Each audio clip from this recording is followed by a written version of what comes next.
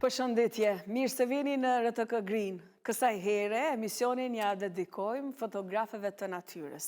Informim që do të thotë ta njohin natyrën dhe pikërisht ne shkojmë pranë publikut për ta njohur natyrën. Kosova, po njëkohësisht edhe aktivitetet e mia kanë kryesisht me natyrën, me çato hapësira që më pëlqejnë, që ato dhe dominojnë fotografitë e mia. Po çka të nxiti se si fotograf ne të kemi parë në ngjarjet më të rëndësishme ose në të gjitha ngjarjet.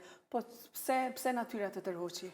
Po fillimisht unë vi nga Novobërda dhe kur tregojsha dikujt që jam prej Novobërdës, nuk e dishin as ku është Novobërda. Unë jam nga ata që ndoshta edhe më shumë pëlqej fotografia, jo vetëm dokumentimi. Ma shumë fotografia si qëllim kryesor. Gjithë komunitetin, po thënë publikun e gjerë, ka ndihmuar me ndërgjegjësu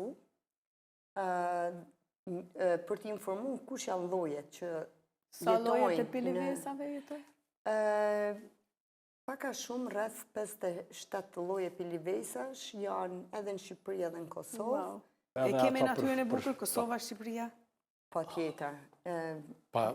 Ma e bukur se Zvicrës, por nuk the, pak më parë.